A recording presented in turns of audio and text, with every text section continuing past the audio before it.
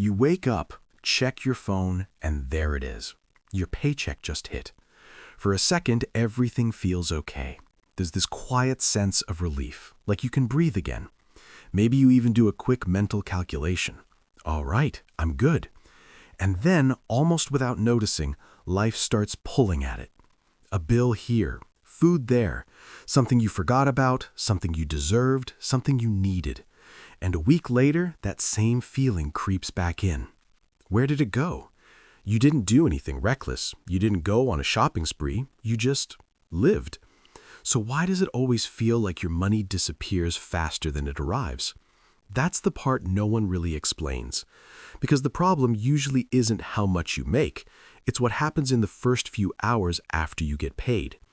Most people think managing money is about discipline. Spend less, save more, be responsible.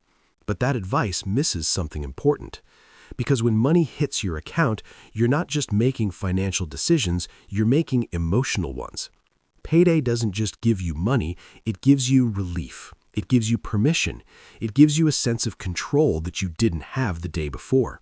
And that feeling, it's powerful. It's the reason you might finally order takeout instead of cooking, or buy something small just to feel like you're enjoying your life, or ignore your bank app for a few days because, for once, you don't feel stressed. It's not that you're bad with money, it's that your brain is trying to recover from stress, from pressure, from constantly feeling like you're behind. So instead of being intentional, you become reactive. And by the time you think about saving or planning, the money has already been assigned somewhere else.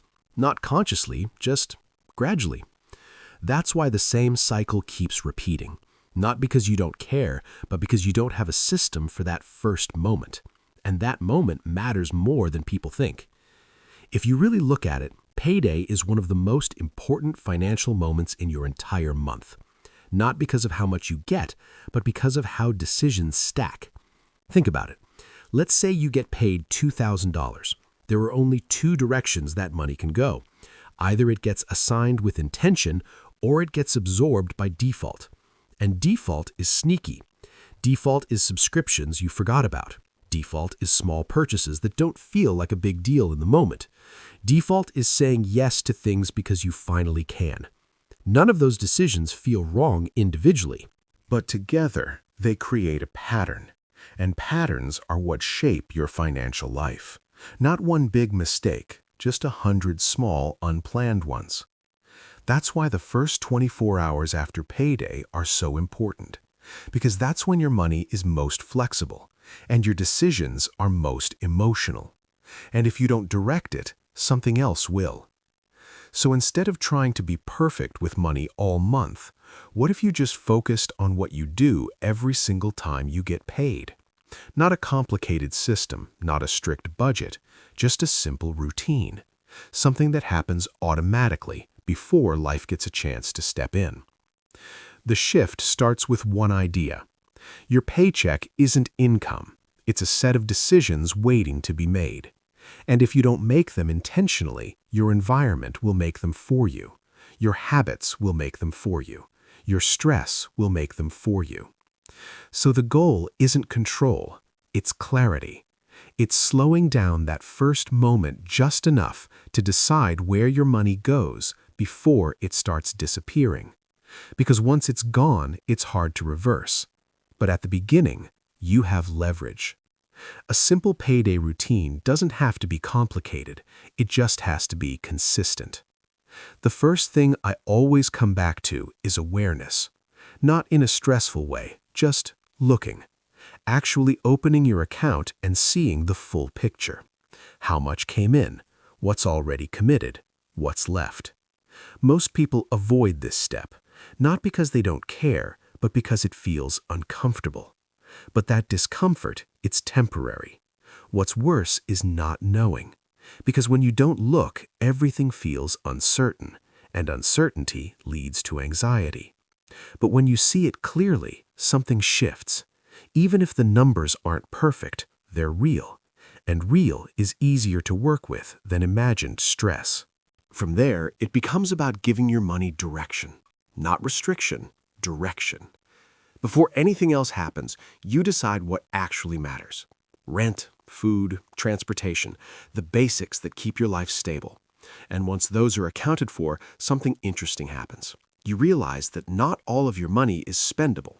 Some of it already has a job, and that changes how you see what's left, because now you're not guessing anymore, you're choosing.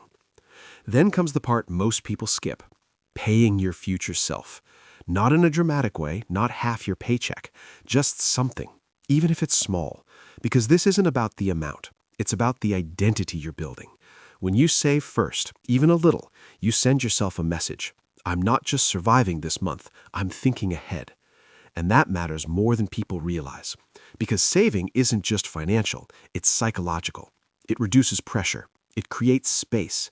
It gives you options later, even if those options are small at first. After that, you can spend. And this part is important, because the goal isn't to remove enjoyment from your life. It's to remove guilt. When you've already handled the important parts, spending feels different. You're not wondering if you should. You know you can. And that's a completely different experience. It's calmer, lighter. You're not fighting yourself every time you swipe your card. You're just living within something you've already decided. This is where the real shift happens, because over time, this routine starts to change how you think about money. You stop seeing your paycheck as something to react to, and start seeing it as something to organize.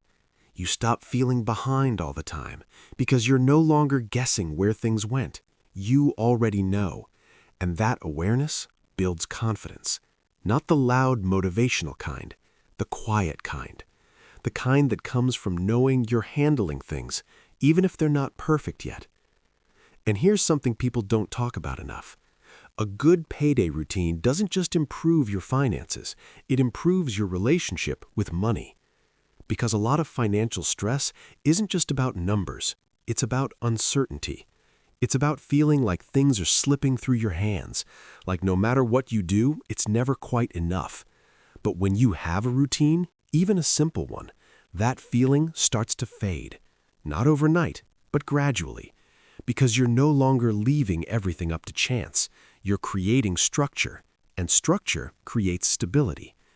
That doesn't mean everything suddenly becomes easy. There will still be months where things are tight. Unexpected expenses, changes in income, life being life. But the difference is, you're not starting from zero every time. You have a system to fall back on, something familiar, something that grounds you when things feel uncertain. And that's where real progress comes from. Not perfection, consistency. So if you take anything from this, let it be this. You don't need to overhaul your entire financial life. You don't need a perfect budget or a complex plan. You just need a better first step. Because the way you handle your money in the first few hours after payday quietly shapes everything that comes after. Not in a dramatic, life-changing way, but in small, steady shifts. And those shifts add up, over weeks, over months, until one day you look back and things feel different. Not perfect, but lighter, more controlled, less stressful. And maybe for the first time, you're not asking, where did it all go? You already know. And more importantly, you know where it's going next. And that's enough to start moving forward. If this video resonated with you, the next one goes even deeper. Click the video on your screen now. You don't want to miss it.